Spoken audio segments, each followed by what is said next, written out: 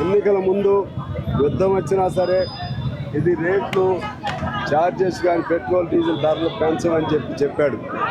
ఇవాళ ఎన్నికలు అయిపోయిన వెంటనే ₹3 చొప్పున ఇమీడియట్గా పెంచడం జరిగింది. ఎందుకు ఆ విధంగా చేశాడు? ఆయన ఏమని చెప్తాడంటే అదానీ అంబానీ పెట్రోలు డీజిల్ నడిపే కంపెనీలకు నష్టం వస్తుంది, అందుకని నష్టం రాకుండా ఉండటం కోసం పెంచాల్సి వస్తుందని చెప్తున్నాడు. నష్టం ఎవరికి వస్తుంది? పెద్ద పెద్ద కంపెనీలు. లెక్క తీస్తే ఒక లీటర్ ధర మామూలుగా అయితే ₹20-25 ఇవ్వాలి. మిగిలిందంతా కూడా వాళ్ళు తినడానికే సరిపోతుంది. వాడికి ఇంకా మేలు చేయటం కోసం ఎవరి మీద భారం వేస్తున్నావు? పేదాల మీద భారం వేస్తున్నావు. పేదాల మీద భారం, అదేవిధంగా ధనికులు లేకపోతే కార్పొరేట్ సంస్థలకి లాభం. ఇది నరేంద్ర మోడీ గారి నైజం. ఇంకా ఏం చెప్తాడు ఆయన? మనది పెద్ద ఆర్థిక వ్యవస్థ అని చెప్తున్నాడు. 4వ ఆర్థిక వ్యవస్థ అంటున్నాడు.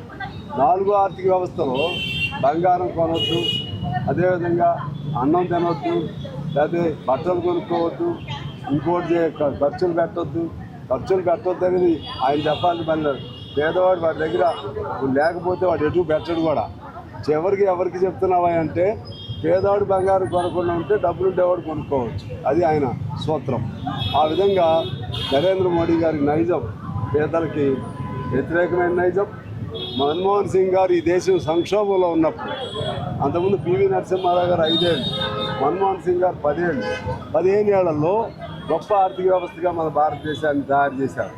వారు చేసిన పునాదుల పైన వీళ్ళు పరిపాలన చేస్తూ, చేతకాని పరిపాలన చేస్తూ, ఆ విధంగా పేదల కడుపులు కొడుతూ అధికారంలో గెలిస్తే ప్రజల ఆమోదం మాతో ఉందని అంటున్నారు.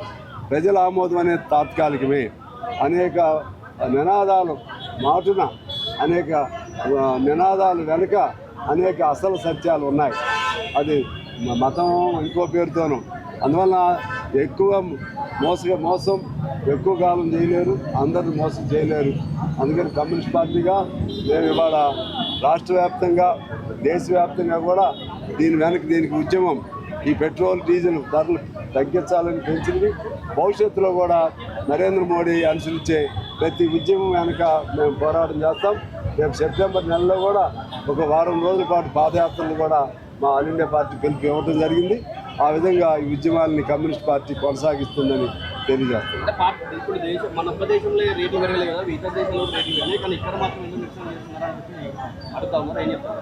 మరి మన పెద్ద ఆర్థిక వ్యవస్థ కదా, బాగా ఉన్నవాళ్ళం కదా మనం. మిగిలిన దేశాల పరిస్థితి లేదు. మిగిలిన దేశాలు చాలా ఉన్నాయి, అవన్నీ అది అమలు చేస్తావా? అంటే అన్ని దేశాలతో కంపేర్ చేసుకుంటే మన దగ్గర తక్కువ. ఎవరు చెప్పారు? 5 ఎక్కలాలు చెప్తున్నారు. ఒక లీటర్ ధర ₹10 కంటే ఎక్కువ పడదు.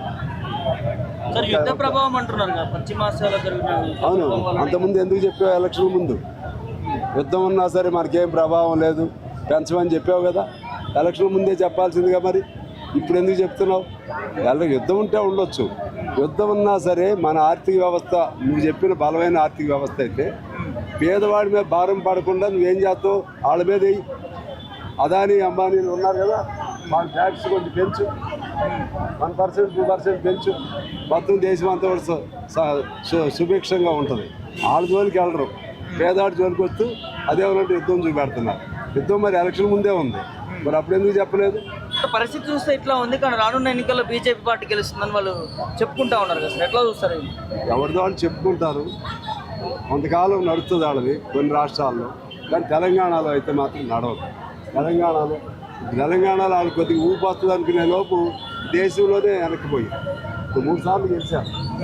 ఈసారి గెలవరు, మళ్ళీ సాగు కరువులోకి పోయి వాళ్ళే మాట్లాడుతూ మా నెక్స్ట్ టార్గెట్ తెలంగాణనే అని చెప్పేసి చెప్తారయ్యా. వాళ్ళేం చెప్తారు మా నెక్స్ట్ టార్గెట్ తెలంగాణని. మేమేమో మిమ్మల్ని అడుగు పెట్టలేదు, ఎందుకంటే మాకు ఎన్ని ఓట్లు ఉన్నాయనేది కాదు, ఓటర్లను ప్రభావం చేయగలిగే శక్తి కమ్యూనిస్టులు. మిమ్మల్ని మేము అడుగు పెట్టలేమని మేము చెప్తాం. మేము గెలుస్తాము, వాళ్ళు గెలుస్తారు, మీరే చూస్తారు. మనం ప్రధాని మోదీ హైదరాబాద్లో మాట్లాడే ప్రసంగాన్ని గురించి ఏం చెప్తారు సార్? వర్క్ ఫ్రమ్ హోమ్ చేసుకోవాలి, బంగారం ఎక్కువ కొనవద్దు, ఎక్కువ ఫెస్టివల్స్ ఏం జరుపుకోవద్దని చాలా వ్యాఖ్యలు మాట్లాడారు. ఎట్లా?